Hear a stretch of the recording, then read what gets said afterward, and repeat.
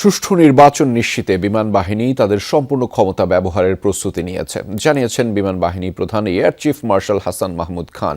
সকালে ঢাকা সেনানিবাসে ত্রয়োদশ জাতীয় সংসদ নির্বাচন ও গণভোট উপলক্ষে মাঠ পর্যায়ে নিযুক্ত বিমান বাহিনী সদস্যদের উদ্দেশ্যে দিক নির্দেশনামূলক বক্তব্যে এসব কথা জানিয়েছেন তিনি। বলেছেন, আগের যে কোনো সময়ের তুলনায় এবার নির্বাচনী দায়িত্বে বেশি সংখ্যক সদস্য মোতায়েন করা হবে। বলেন, দায়িত্ব পালনকালে পোশাক পরিহিত অবস্থায় কোনো সদস্য রাজনৈতিক পক্ষ অবলম্বন করতে বা প্রচারণায় যুক্ত হতে পারবেন না। নিরপেক্ষতা বজায় রাখাই বাহিনীর মূল কমিটমেন্ট।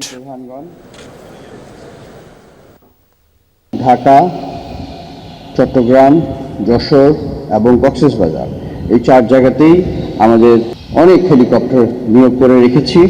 যে কোনো পরিস্থিতিতে আমাদেরকে ভিজিবল থাকতে হবে, বসে থাকা যাবে না।